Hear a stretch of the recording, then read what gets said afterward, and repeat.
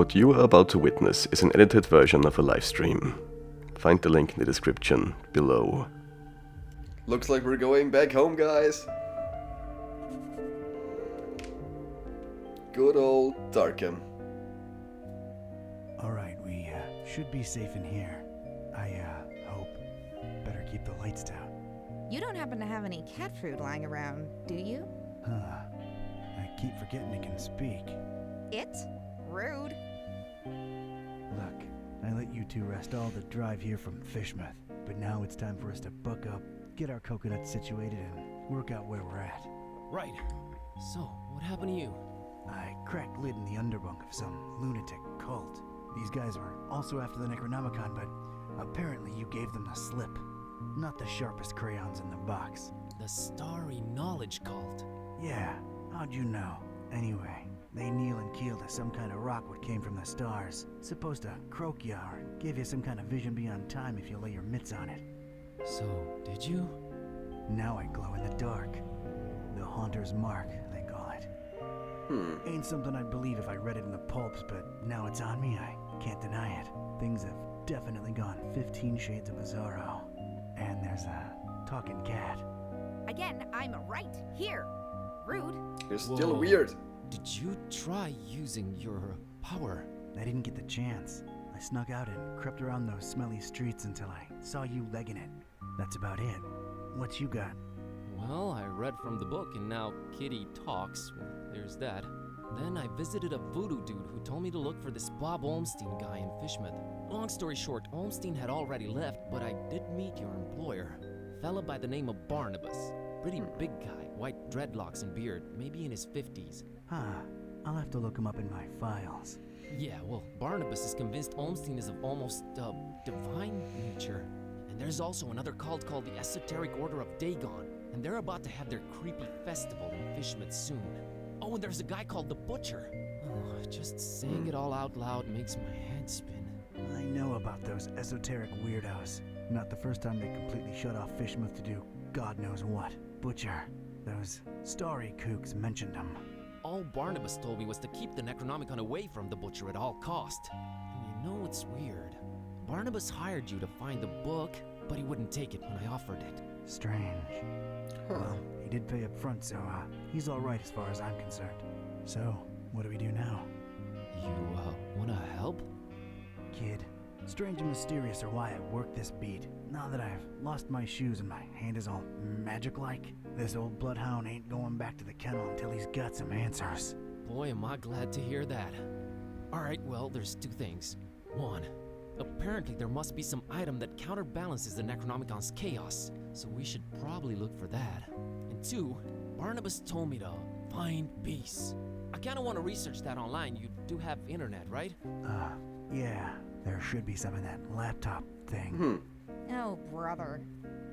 You look into that. I want to see what this Haunter's Mark is all about. We have that thing. Who even still uses file cabinets, Joey? Just don't drop it on my toes again, Vince. Okay. Whoa, Mark of you the Hunter. sounded eerie. And you were talking in a couple of different voices.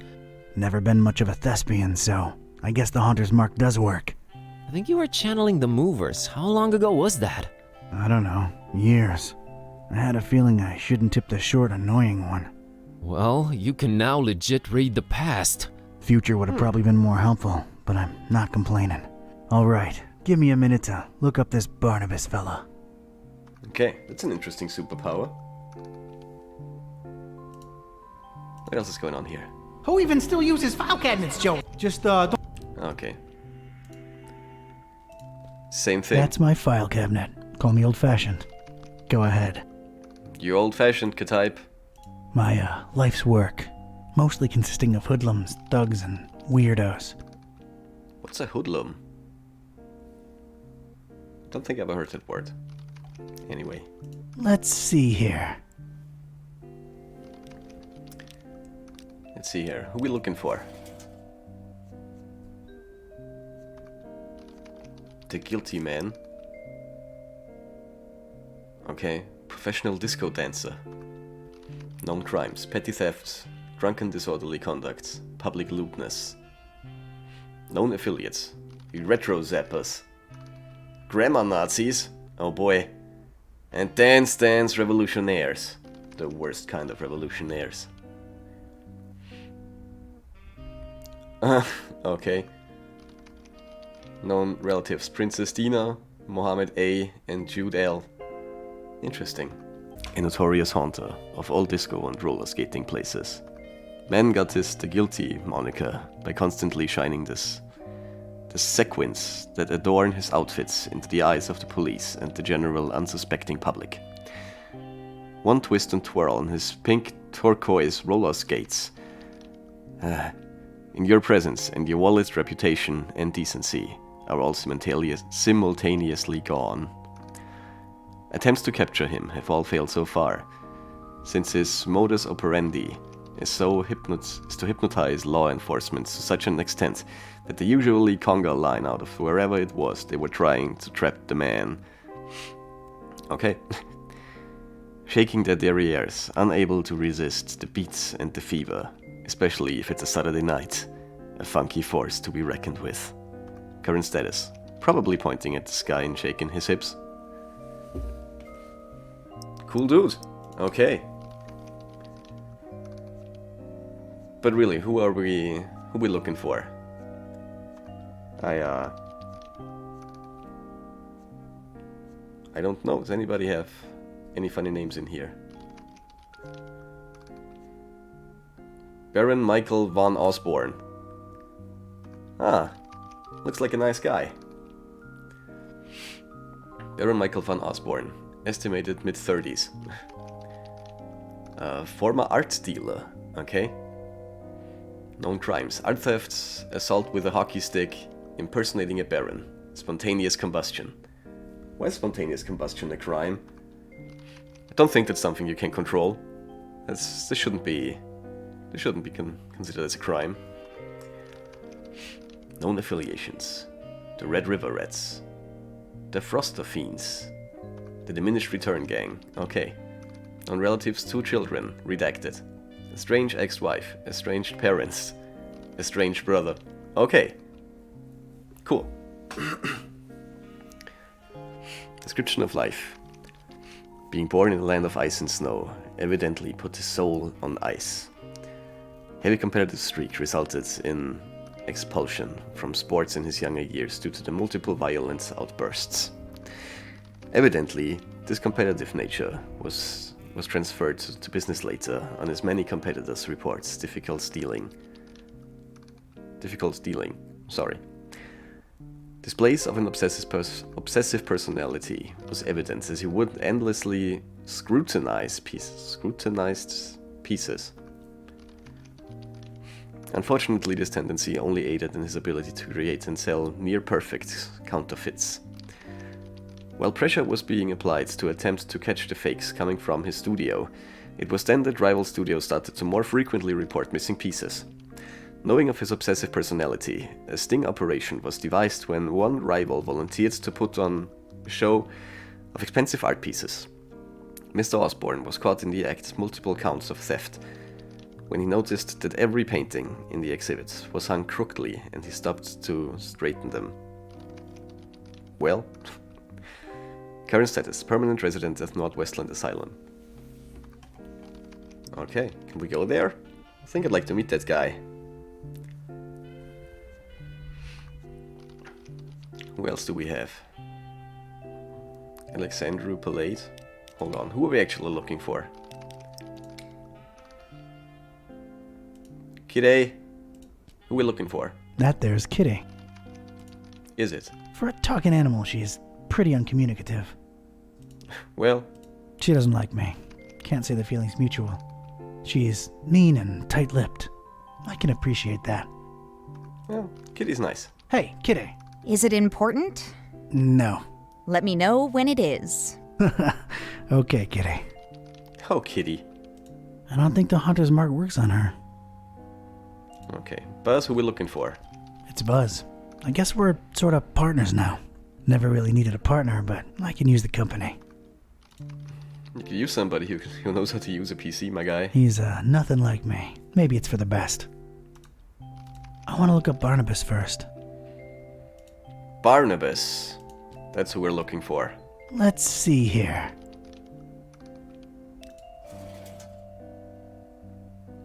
I think I'm gonna run through these a bit. Let's see. Frank Ram Mossman. Herder of the flock.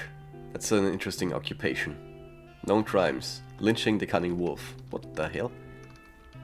Known affiliates, the terrible shepherd. Known relatives, Dees the ewe and Kayan the lamb.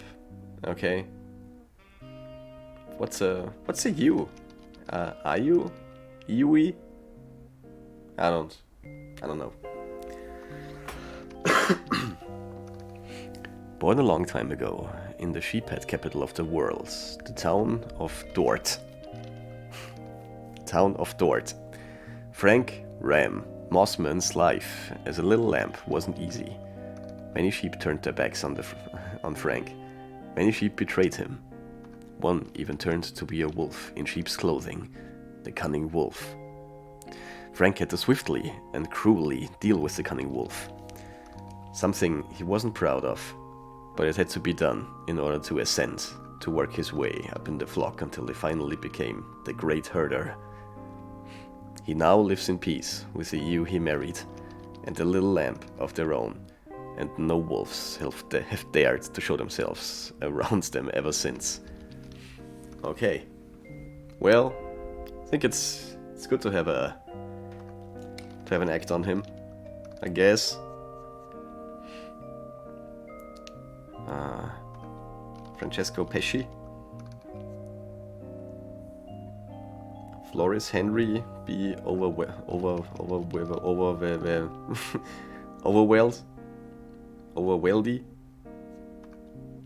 That's what the hell? An arsonist.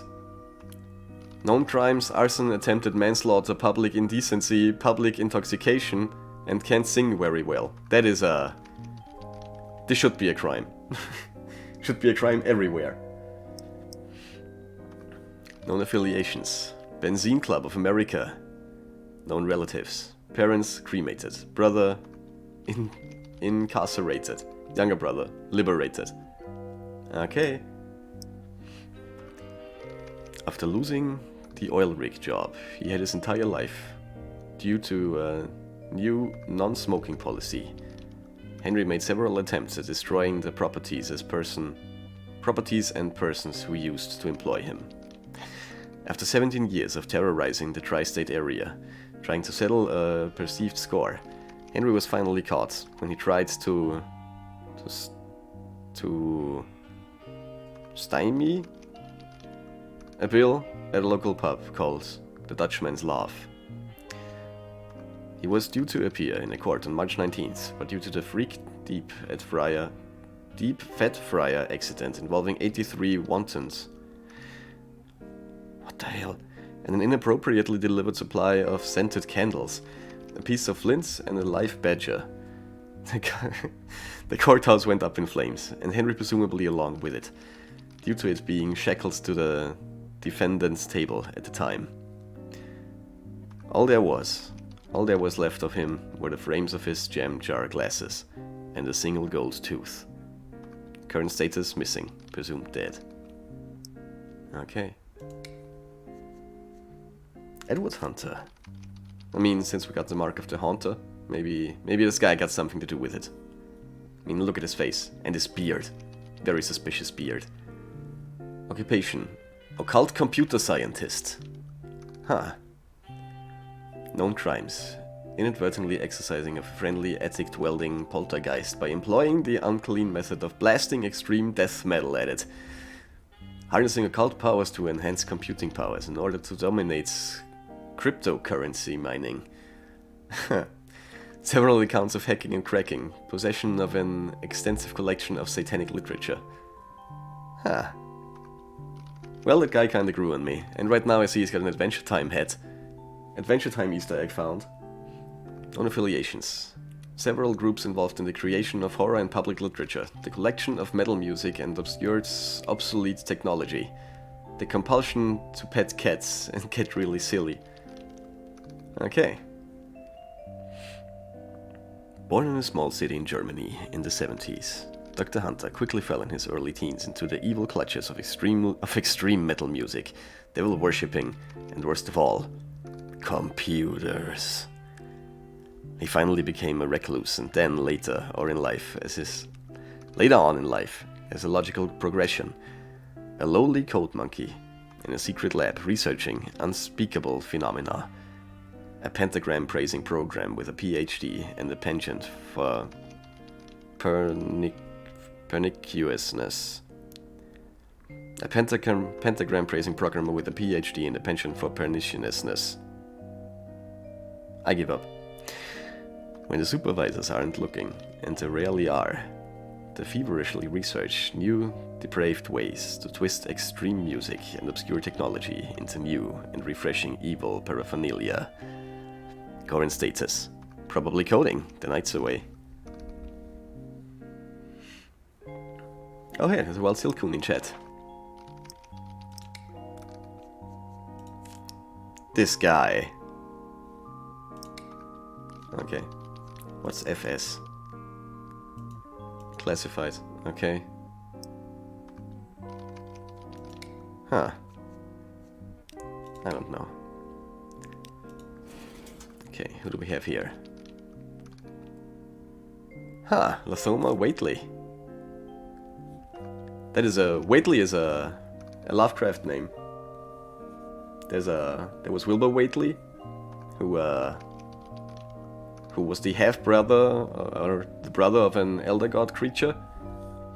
With goat legs, and a weird guy, aged very fast, and was a generally pretty mean person, not a very nice guy. So who's this little man? Occupation: Explorer of Lang. Okay. Gondwana lands and the Tethys Sea.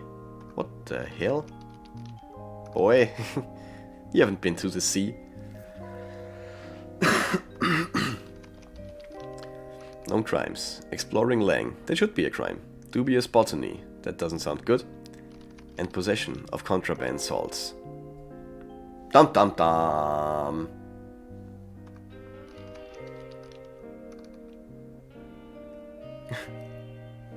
A child. That meme though.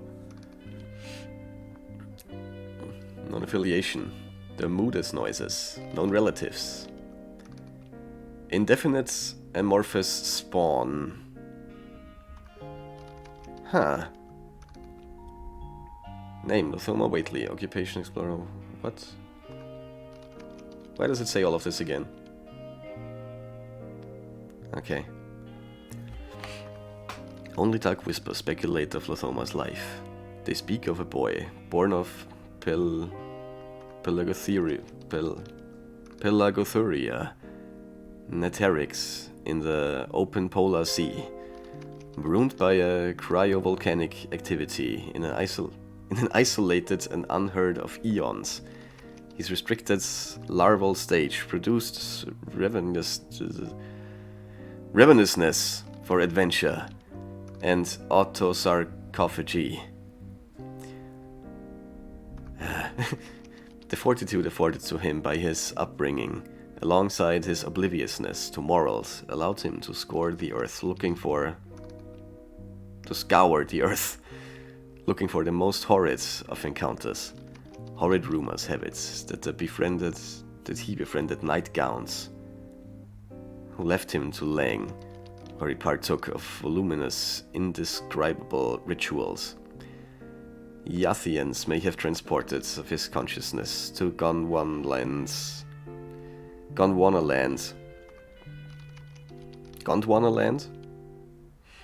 Yathians may have transported his consciousness to Gondwana land, where he lived as an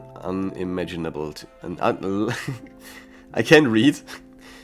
May have transported his consciousness to Gondwana land, where he lived as an unimaginably tall, leafy shrub, in return for use of his body as a vessel. He's said to have drifted through the terrible old Tethys Sea, with mates such as Long Tom, Spanish Joe Curvin, and Warren Ellis in search of salts, encrusted megaliths. What the hell, boy? What is your life? How has it come to this? Oh boy. Yeah, that boy has seen some shit. He definitely looks like he's seen some shit. I don't know how he's seen so much shit, but he's definitely seen some shit. That is true. Okay, the Mad Writer. Last name unknown. Occupation, insane writer. Known crimes. Thought to have written pieces of text that enable summoning evil entities. And he's late on car payments. What a douche. Okay, Leo, the Mad Writer. Last name unknown. Is thought to be a former copywriter. What? A former copywriter that accidentally stumbled upon an ancient text which radically changed both his perception on life and occultism. In his writing style, initially an employee of an advertising company, once the aforementioned incident happened, all Leo's creative outputs that made its way to the customers resulted in inexplicable bouts of mass hysteria or hallucinations, general public confusion, and 20+ car pile-ups. God damn you. Not really a credit to the industry. The company's owner decided that this strange talent is too much of a risk for them to attempt to subdue or properly monetize. So Leo was let go and warned that the world was not yet ready for his unnatural turns of phrase. Nothing has been heard of him for months now, but it's suspected that he has retreated to a remote location where he is feverishly constructing a piece of writing that, when complete and released, the world will not soon be able to forget. Current status: probably an isolated location. Writing his occult chef d'oeuvre. That thing, that French word. He's doing a French word. Lemira. Classified. Okay. Lake Kubilius. That's a guy. Dr. Lake Kubilius, age 35, occupation alchemist. Known crimes: possession of forbidden literature, forbidden artifact manufacturing, public lewdness. That public lewdness. Known relatives suspected but unconfirmed children in several locations. My guy. Okay. Lake's parents suspected his inclination towards alchemy since his early childhood, when his morning cereal would often either disappear in a puff of smoke, seem to start boiling, or begin turning purple for no apparent reason. A couple of arrests for possession of forbidden chemicals and a burnt-down high school chemistry lab later, Lake finally devoted himself entirely to alchemy, the search for the Philosopher's Stone, and the elusive soda that is sugar and calorie-free, but doesn't taste like toxic waste. Being refused admittance into the Miskatonic University on account of his legal transgressions, Dr. Kubilius occasionally commits random acts of vandalism, such as turning the higher learning facility's entire reserve of portable water blood red. There is at least one recorded account of his altering the Miskatonic University's cafeteria salt supply so that it tastes disgustingly sweet instead. Legal complaints against him have moved from restraining orders to arrest warrant levels, but he proves to be extremely difficult to apprehend. Current status: at large. Okay.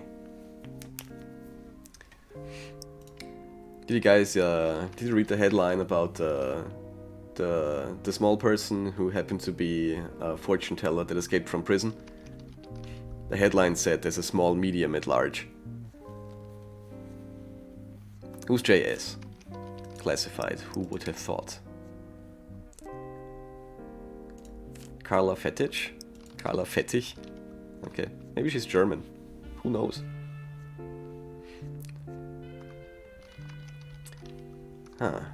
Jonas Hansen? Classified.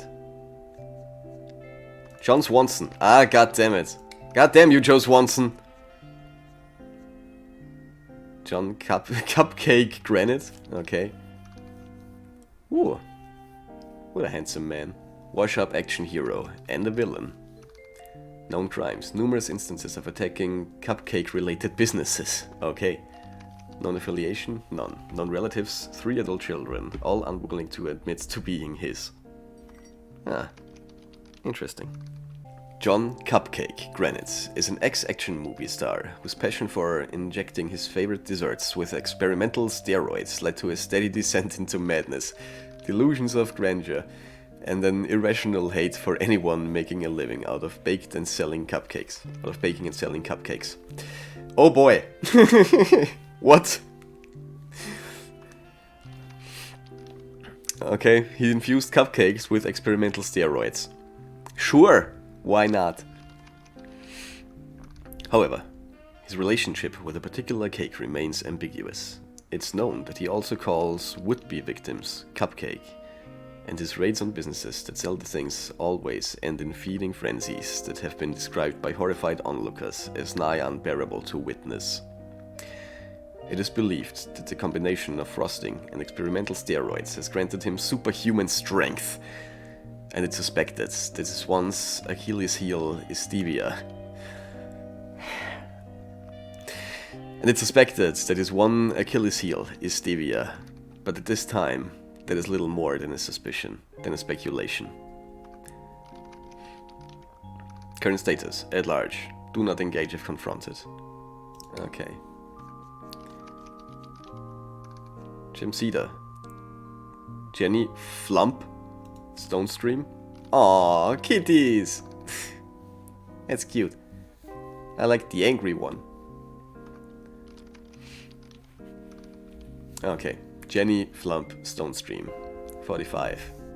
Head of a gang and sugar fiend. Known crimes, several robberies, all involving the theft of tea, catnip, pastries, and cookies. Affiliations. Gang known as Jenny Stonestream and the Felines. Known relatives, the Felines. The unlikely human leader of a feline-only gang, Jenny Flump Stonestream, is at the heart of every tea, pastry, or cookie-related robbery in the Miskatonic area. Along with the partners of crime, Majesna, Elsa, Missen, and Hjordis, I guess, she strikes fear into the hearts of small shop owners, which known to hide the sweet stuff when they hear the gang approaching. Since cats neither can taste nor appreciate sugar, purveyors of catnip are never safe when Jenny and the feline gang are in the area. One terrified shopkeeper spoke in trembling tones of Flump and the felines rolling around in the stuff like they were animals. God, the horror! The gang can seemingly strike anywhere, at any moment, of any day, so no one is really safe. Ever. Current status. Wanted in several states, probably experiencing catnip and sugar highs. Yeah, I mean, who can blame her? James Riemann? Classified, okay. What's that name? Ionas Johnny Iclenson. Occupation. Web developer for the occult. Maintaining several death cults online presence. Okay. Known affiliates, too many to enumerate. Ionas Johnny Iclenson is an elusive web developer and designer that has taken it upon himself to ensure the online presence of several death cults, occult organizations, and nefarious groups in general. Maybe not an incredible evil thing to preoccupy oneself with, but keep cultists easily connected to each other and making it a lot easier to proselytize online still earns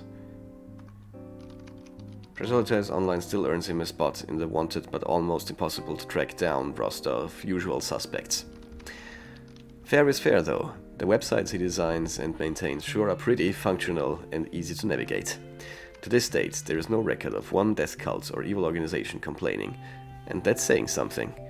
Current status, most probably developing a website for an evil cult in an undisclosed location. Nice guy, actually. I like him. Okay, what do we have here? Mistress Serena. Woo! Okay, who's this? Age. Unknown, believed to be over 2 centuries old. Damn, son! Allegedly a vampire. Suspected vampirism and blood theft. No affiliations, no known relatives. Huh. Explanation follows. Okay. Let's see. Originally a nurse at Darkham General Hospital, her suspicious behavior has led the staff to start doubting her sincerity, intentions and credentials. Mistress Serena, as she appears in the few official records not withheld by the hospital, seems to have had a penchant for somehow always being on duty wherever blood transfusions are scheduled. Patients later reported feeling faint despite their allotted quantities of blood having been obviously consumed. In some rare cases, there were also reports of brief loss of consciousness, followed by the appearance of suspicious punctures on the neck area. Very suspicious. Under circumstances that remain vague, Sierra was dismissed from Darkham General. Any further inquiries into the matter have been discouraged by the institution's management. Interestingly enough, Dr. Grimsley, who served as Darkham's general manager during Serena's stints there, was later found almost expired in his villa due to severe loss of blood. Dr. Grimsley had no recollection of what had occurred. He had briefly lost consciousness, and his badly bruised neck presented perfectly round puncture marks. Interesting. I think she's the good one. Marcia Minica. Okay. Mika, the Kraken! Is a Kraken. Huh. He does have a nice mustache. Gotta give him that. But he doesn't look like a Kraken. No one knows his age for sure. Mad Kraken Rider. And Terror of the Seas. That's an occupation you want to have in your thing. You know, the thing that you need. I don't know what it's called. Anyway. Known crimes. Capsizing fishing vessels. Freeing all forms of sea life from zoos. Okay. That's kind of a grey area, I would say.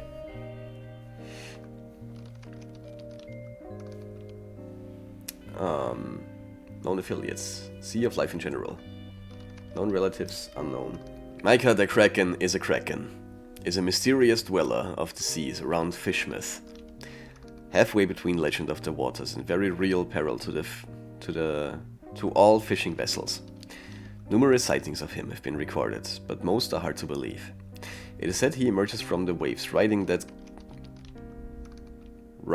what could be described as a kraken, only smaller, and brandishing an impressive trident, which he uses to poke holes into any ship that comes in his way, but especially fishing ones. His origin is unknown. Why he does this is unknown, but some suspect he might be a child that was lost at sea and was taken in by, as weird as it sounds, an octopus. He seems to repay his favor by fighting to defend all sea life, and constantly disrupting and sabotaging water parks that hold sea animals captive, releasing them into the wild while laughing maniacally and twirling his impressive mustache. Current status: roaming the seas, looking for fresh victims. Yeah, he's a nice guy, actually. I like the Kraken is a Kraken. What else do we hear? Michael Shaw. Classified. He looks nice. I like his hair. Mia the Merciless. Oh, she looks merciless, alright. AKA the Tiny Transylvanian Terror. Say that 3 times fast. The Tiny Transylvanian Terror, the Tiny Transylvanian Terror, the Tiny Transylvanian Terror. God damn it.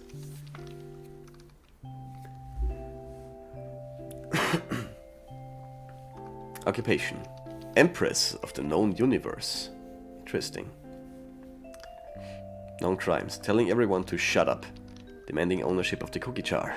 Forcing people to play Ring Around the Rosie. And making sure you fell down when you're meant to. Stealing every mobile phone ever created. And anything remotely similar. Insisting that everyone watches a favorite film 5 times a day. Also used as a form of torture. Known affiliations. Leader of the gang, the Sisters of No Mercy. Comprising of Chelsea the Wolf, Hannah the Barbara. Okay. Sophie the Chooser. And Chloe of the 9 Deaths, with Ma Thunderstorm. When meeting up with certain pop stars, well known for her ice cream cravings, taunted her with, "Seeing as this is the most addictive ice cream lolly in the world, and would blow your taste buds clean away, you've got to ask yourself one question. Do I feel licky? Well, do ya, punk?" This tells you all you need to know about this little lady's attitudes towards other people's life.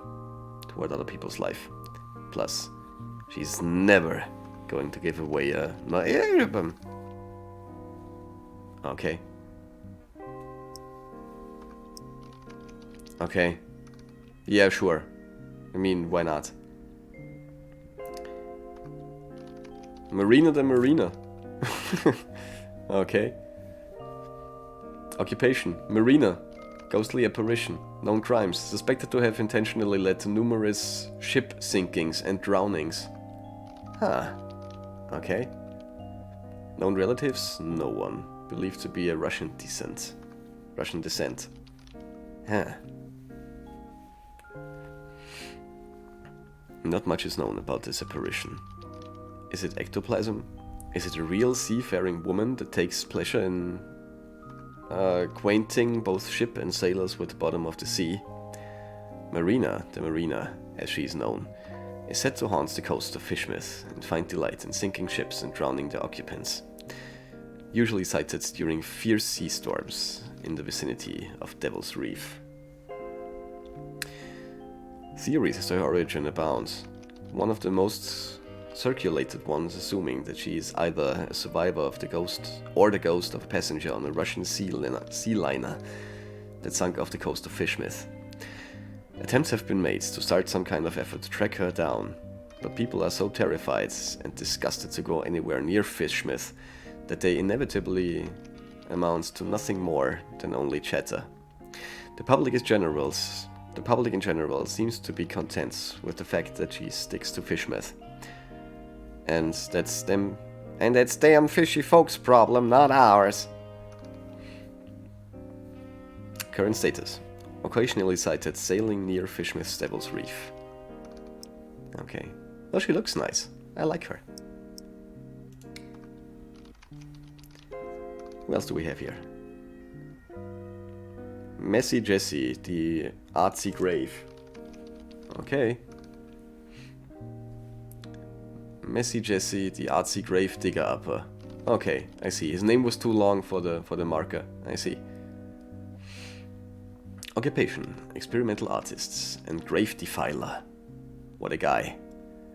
Known crimes: several other accounts of turning the deceased into unwilling art installations. Wasn't there a guy that does stuff like this? Doesn't he have a museum? I think. I'm not sure. Anyway.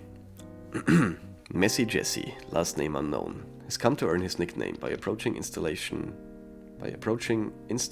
art with a very experimental and gruesome twist. What he has become infamous for is digging up dead bodies that were really just minding their own business and bothering no one, and decorating both their exterior and interior with whatever his inclination at the moment dictates, ranging from harmless sequins to complicated displays of twisted and melted together scissors, forceps, barbed wire, and soda bottle caps. While no doubt a public menace, and the proponents of disrespect towards the deceased, Messy Jesse, the artsy gravedigger upper, is not without renown in the field of extremely experimental installation art. Famous critic Jean-Etienne Cadevrois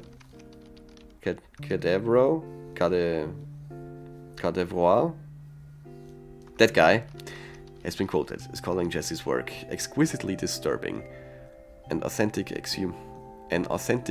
exhumation of the long-lost arts of grave defiling, seasoned with an expert dash of postmodernistic bricolage. Bricolage? Bricolage?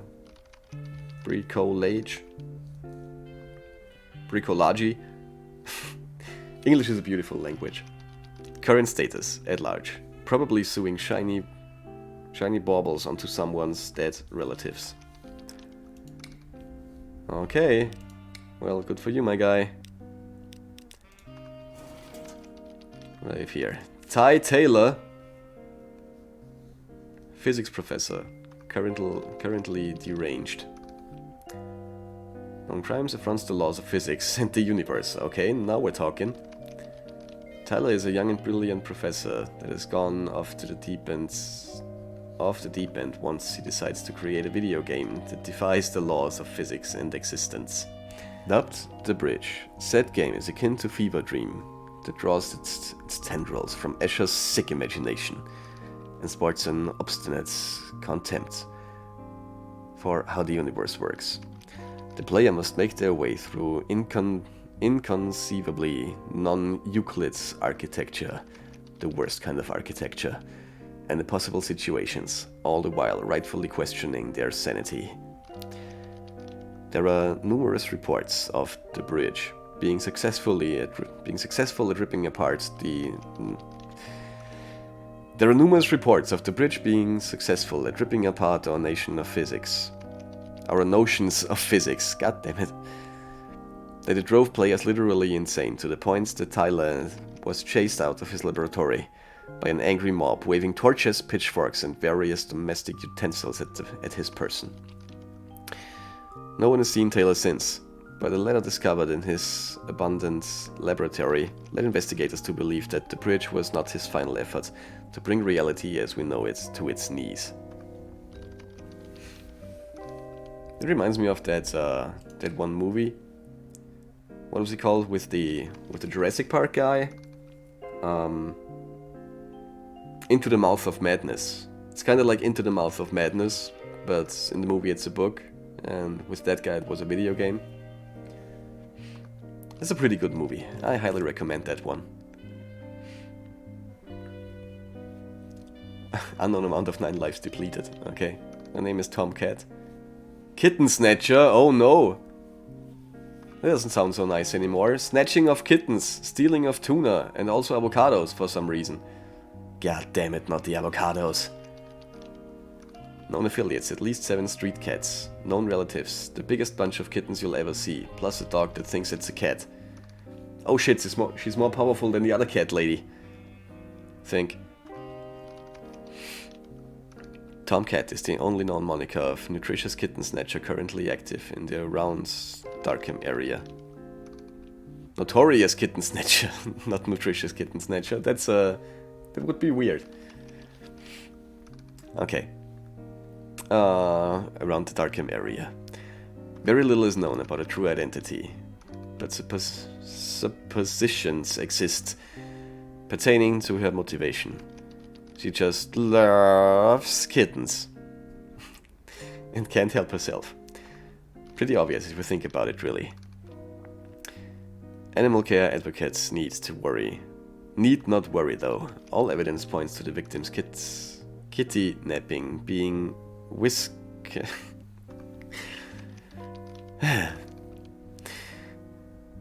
All evidence points to the victims of kidnapping being whiskered off to a remote layer that could be, for all intentions and purpose, described as a cat heaven.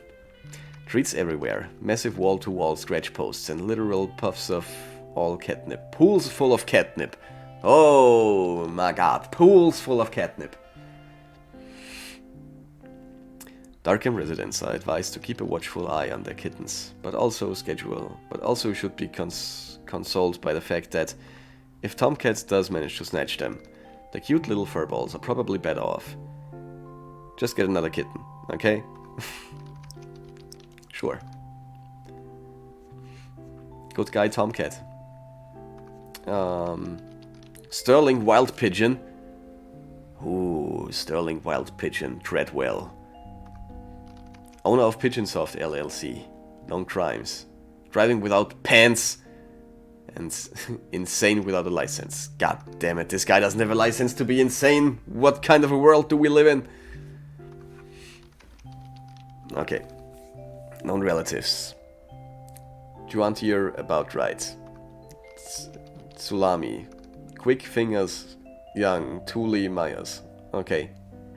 Interesting people. Sterling had no marks on his record until 5 years ago, when he created the world's first Pigeon Passion simulator. After making his first million, he began creating additional simulators, which led to the Risk tabletop games, including Fork Dead, Medieval Thigh Slapper, and I bet you won't eat this 3.0. What is Medieval Thigh Slapper? Can somebody maybe really quick look it up if anybody's there at all? Could you look up Medieval Thigh Slapper if that's really a game that exists? Because if it is, I think I might want to play it. Okay. Taking the world by storm, he is linked to the game publisher Kettleprod Inc. and thus began the underground world of dark, back alley, gambling, and the ever-lucrative flip, tip and squish we saw happening on tall buildings. After a class action lawsuit along with several pending criminal charges, Sterling turned on his colleagues, going from wild pigeon to stool pigeon, and led to one of the largest illegal gambling busts of all time, the Great Pittsburgh Pillow Play. Yeah, the Great Pittsburgh Pillow Play. Current status unknown. After the trial that put away the hillbilly Oi Wentz, leader of the West Philly Viking Mafia, he was placed into a federal witness protection program in several months before falling off the map.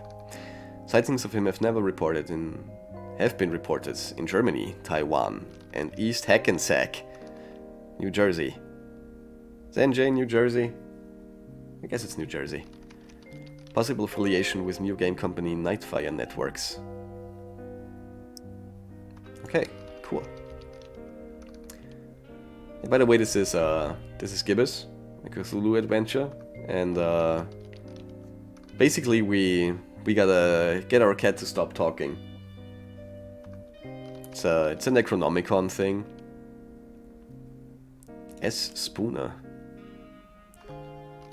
Mathematical Menace. Known crimes: aiding the abetting alien angels, purloining parallel pipettes, and deadly use of weaponized equations. Non-affiliations: Aria Unhinged Artists. Known relatives: 2 cats, Eula and Ada. Once a genius mathematician.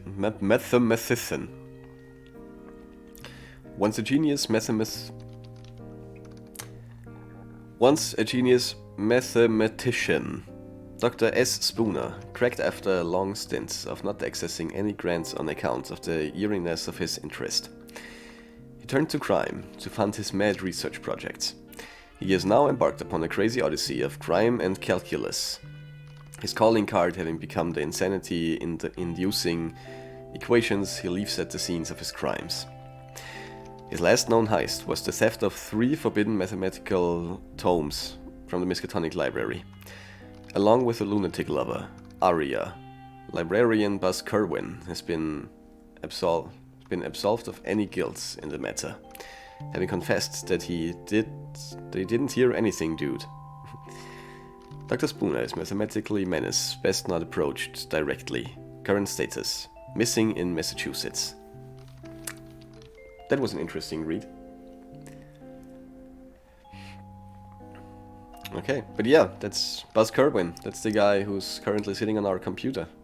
He doesn't have anything to do with that guy. Good to know. Sure, that's probably Ricardo Milos. Because which other Ricardo would you ever have a folder on? To be honest, it's gotta be Ricardo Milos.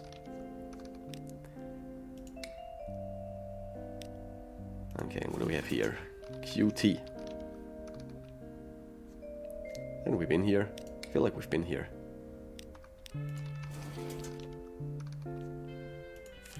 Vicky Legon. Age unknown. Occupation smuggler. And Perveria. Perveria of occult paraphernalia. Oh no, not this again. Known crimes. Smuggling. Petty art thefts. Aggravated art thefts. Tomb raiding? Guys, she's a tomb raider. Non-affiliations. Too many illegal trade organizations to mention. Known relatives unknown. Vicky Legon is a hardened criminal that specializes in the location, theft and smuggling of rare occult artifacts and on a worldwide scale. From a cursed crystal skull to possibly radioactive ritualistic southern Pacific jewelry, Miss Legon has had an extremely successful track record of accruing profits and dodging the police, right up to the point where she supposedly entered a certain cabin in the Carpathians near Brasov, Romania, and all flow of information regarding her suddenly ceased. Persistent rumors about the evil presence guarding a Roman amulet of unquantifiable value were not enough to deter Mrs. Legon from entering and apparently never exiting the cabin. Talk of an expedition to try and rescue her has been noted only for quite some time, but the treacherous terrain and heavy precipitations in the area that have apparently not ceased for weeks on end have hindered the efforts of a retrieval. However, closest associates are convinced that no evil presence, no matter how powerful, is a match for Mrs. Legon's survival skills and persistence, as she might at this very moment be engaged in an unseen battle with supernatural entities that according to said associates, ain't got no chance against Vicky, you'll see. Current status, rumored to be fighting supernatural beings for survival deep in the Transylvanian. Okay, interesting. What a lady. Now, was there anything about Barnabas? Oh, there's Barnabas. That's a bit unspectacular, to be honest. Okay. Age unknown. Occupation unclear. Once overheard calling himself a hunter of evils. Known crimes unclear. Suspicion of vigilantism. Vigilantism?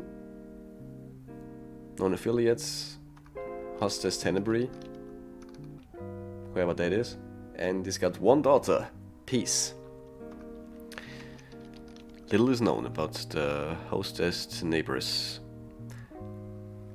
and its supposed leader, Barnabas Basura, with very few suspected members and none but two semi-official confirmed. Basura himself and his daughter, Peace.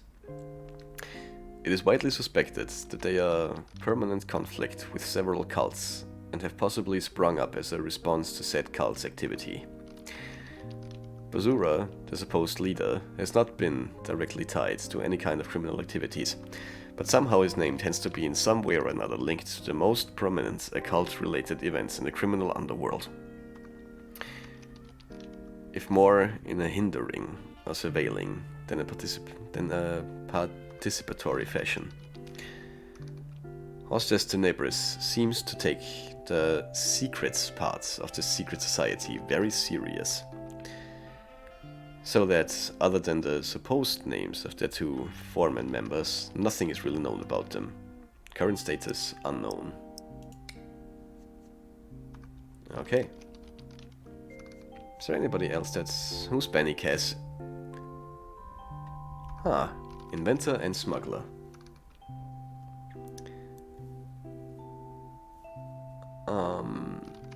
Smuggling of supernatural artifacts, illegal sale of tools and weaponry, possession of controlled supernatural materials, illegal use of manufactured supernatural artifacts, absolutely horrible sense of fashion. Oh. Oh, there's a Rotom in chat. Hold on, I gotta catch that Rotom. Give me just a second. Okay, known affiliates. Freelance. Known to show a preference with working for the Etimus Alliance. Whoever that might be. Known relatives. Difficult to answer, due to multiple incidents with parallel universes altering artifacts. Okay. Benny Ibrahim, or Kaz, as he tended to be called, was a not-so-successful small-time inventor with the US, who used to operate somewhat lawfully over several years. At an unknown time, during this, he started to acquire shipments of restricted supernatural artifacts which he began to use in his craft. Record indicates he most likely first started to acquire these artifacts when the Etimus Alliance approached him with requests to experiment with their potential use for espionage, sabotage, cheating at the Oscars, or just plain making really, really fancy boomsticks. This even had likely awakened some sort of fascination within Kaz, with misusing the occult in the creation of his invention. Several reports indicate that Kaz's experimentation with incorporating these artifacts and rituals into his inventions bordered on obsession. Actually, scratch that. Would be more accurate to say that he ran the border over with a steamroller. Kaz appeared to show very little concern for what manner of danger, both of the speakable and unspeakable kind, he may cause in this pursuit of experimenting with his creations, showing reckless abandon for the safety of not only others, but also himself. There's a second page. Okay. Most worrying, not to mention terrifying, however, was that he had even less concern about who used his abominations with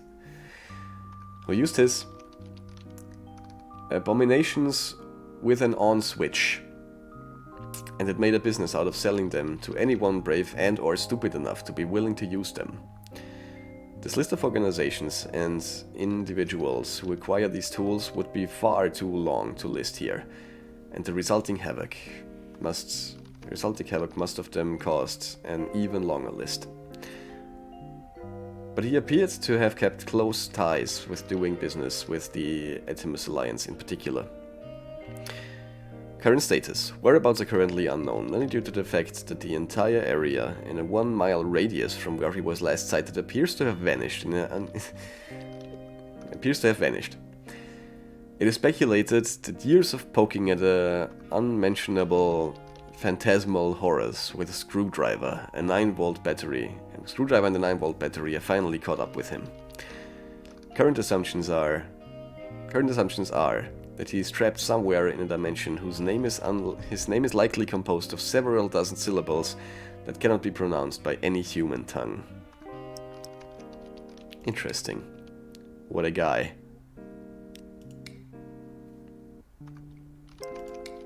Okay. I think I got it. Hey, Bazinski, I think I got something on that fine peace thing. I don't believe Barnabas was trying to guide you to a life of mindfulness and meditation. He's got a daughter called Peace. Peace Busara. Oh, of course, that makes sense.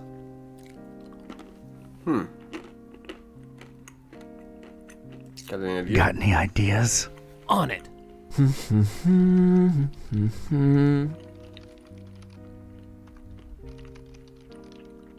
I think I got it. I found Peace Busara's blog. What's a blog? What's a... Nah, never mind. What does it say? Oh, well, the latest entry's pretty cryptic. It just says land beyond the forest and a bunch of numbers. Okay, these must be spatial coordinates. Tracking them down now.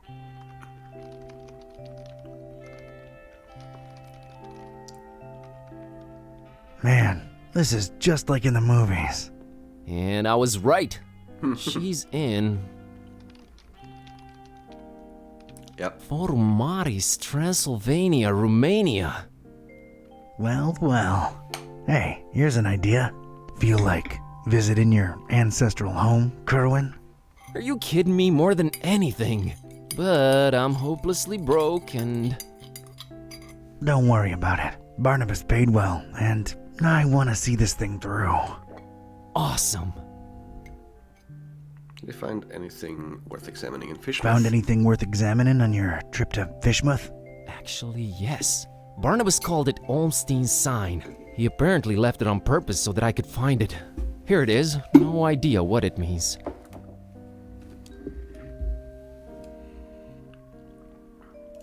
What is that sign?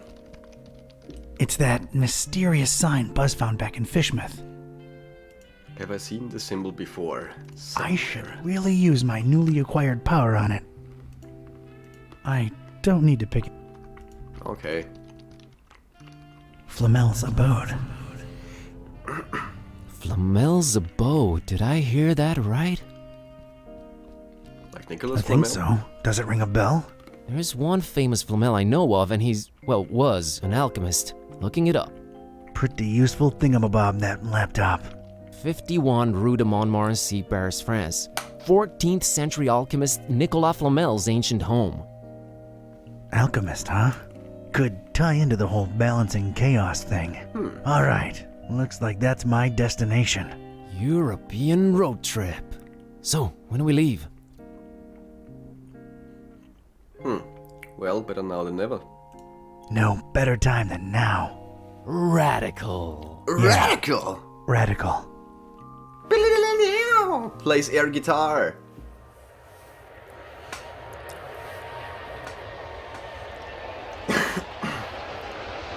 We're going to Europe.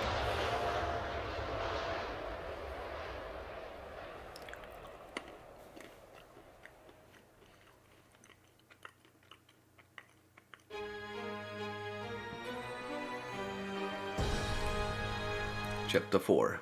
Paris.